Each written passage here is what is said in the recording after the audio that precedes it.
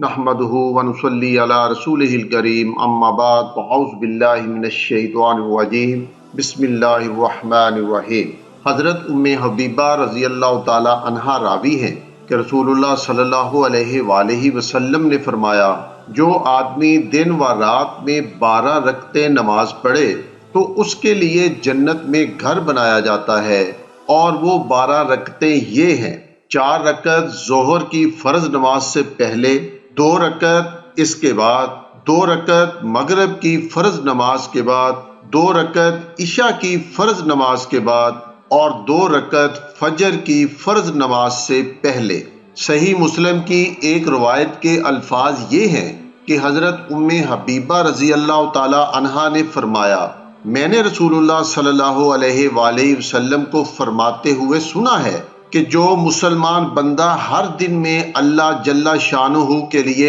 فرض نمازوں کے علاوہ 12 رکعتیں سنت پڑھتا ہے تو اللہ تعالیٰ اس کے لیے جنت میں گھر بناتا ہے، یا یہ فرمایا کہ اس کے لیے جنت میں گھر بنایا جاتا ہے۔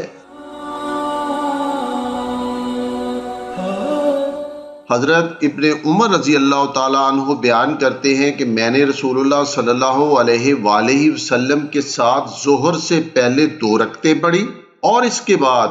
مغرب کے بعد 2 رکعتیں آپ کے گھر پڑھی، اور 2 رکعتیں عشاء کے بعد آپ کے گھر میں پڑھی۔ اور انہوں نے بیان کیا کہ حضرت حفصہ رضی اللہ تعالیٰ عنہا نے مجھے حدیث بیان کی کہ رسول اللہ صلی اللہ علیہ وآلہ وسلم فجر کے شروع ہو جانے پر مختصر سی 2 رکعتیں پڑھا کرتے تھے۔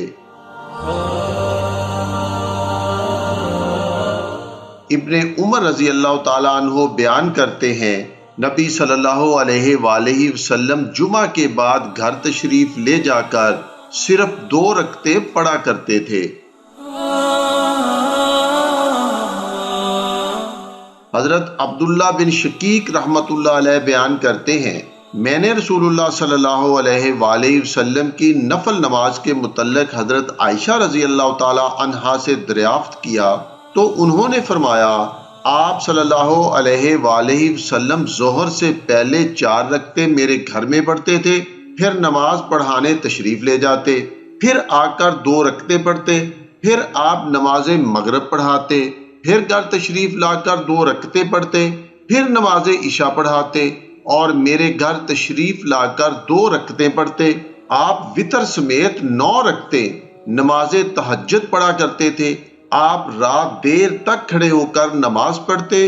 اور دیر تک بیٹھ کر نماز پڑھتے۔ جب آپ کھڑے ہو کر قرات کرتے تو رکوع و سجود بھی کھڑے ہو کر کرتے، اور جب آپ بیٹھ کر قرات کرتے تو رکوع و سجود بھی بیٹھ کر ہی کرتے، اور جب فجر طلوع ہو جاتی تو آپ صلی اللہ علیہ وآلہ وسلم 2 رکعتیں پڑھتے۔ حضرت امام ابو داؤد نے یہ اضافہ نقل کیا ہے کہ پھر آپ صلی اللہ علیہ وآلہ وسلم نماز فجر پڑھانے کے لیے تشریف لے جاتے۔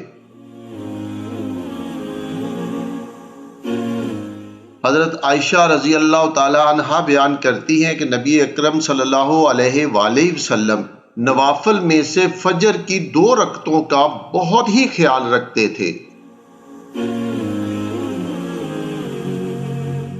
حضرت ام المومنین حضرت عائشہ رضی اللہ تعالی عنہا راوی ہیں کہ رسول اللہ صلی اللہ علیہ وآلہ وسلم نے فرمایا، فجر کی سنتوں کی 2 رکعتیں دنیا اور دنیا کی تمام چیزوں سے بہتر ہیں۔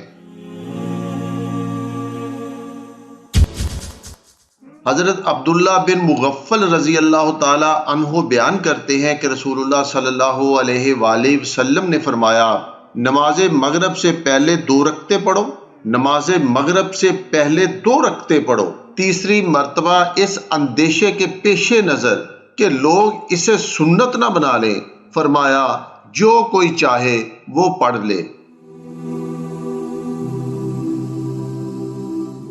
حضرت ابو ہریرہ رضی اللہ تعالیٰ عنہ بیان کرتے ہیں کہ رسول اللہ صلی اللہ علیہ وآلہ وسلم نے فرمایا، تم میں سے جو شخص جمعہ کے بعد نماز پڑھنا چاہے تو وہ 4 رکعت پڑھے۔ مسلم اور انہی کی دوسری روایت میں ہے جب تم میں سے کوئی جمعہ نماز پڑھے تو وہ اس کے بعد 4 رکعتیں پڑھے۔ حضرت ام حبیبہ رضی اللہ تعالی عنہا بیان کرتی ہیں کہ میں نے رسول اللہ صلی اللہ علیہ وآلہ وسلم کو فرماتے ہوئے سنا ہے، جو شخص ظہر سے پہلے 4 رکعتوں اور اس کے بعد 4 رکعتوں پر دوام اختیار کرتا ہے، یعنی انہیں پابندی سے بلا ناغہ پڑھتا ہے، تو اللہ اسے جہنم پر حرام قرار دے دیتا ہے۔ عبداللہ بن صائب رضی اللہ تعالیٰ عنہ بیان کرتے ہیں کہ رسول اللہ صلی اللہ علیہ وآلہ وسلم سورج ڈھلنے کے بعد نماز ظہر سے پہلے 4 رکعتیں پڑھا کرتے تھے، اور آپ صلی اللہ علیہ وآلہ وسلم نے فرمایا، یہ وہ گھڑی ہے جب آسمان کے دروازے کھول دیے جاتے ہیں، لہٰذا میں پسند کرتا ہوں کہ اس وقت میرا کوئی نیک عمل اوپر جائے۔ حضرت ابن عمر رضی اللہ تعالیٰ عنہ بیان کرتے ہیں کہ رسول اللہ صلی اللہ علیہ وآلہ وسلم نے فرمایا، اللہ عصر سے پہلے 4 رکعتیں پڑھنے والے شخص پر رحم فرمائے۔ حضرت علی رضی اللہ تعالیٰ عنہ بیان کرتے ہیں کہ رسول اللہ صلی اللہ علیہ وآلہ وسلم عصر سے پہلے 4 رکعتیں پڑھا کرتے تھے۔ آپ صلی اللہ علیہ وآلہ وسلم مقرب فرشتوں اور ان کی پیروی کرنے والے مسلمانوں اور مومنوں پر سلام بھیج کر فرق کیا کرتے تھے، یعنی آپ 2 رکعتوں کے بعد اتحیات پڑھتے تھے اور پھر 4 رکعتوں کے بعد سلام پھیرا کرتے تھے۔ وما علینا الا البلاغ المبین۔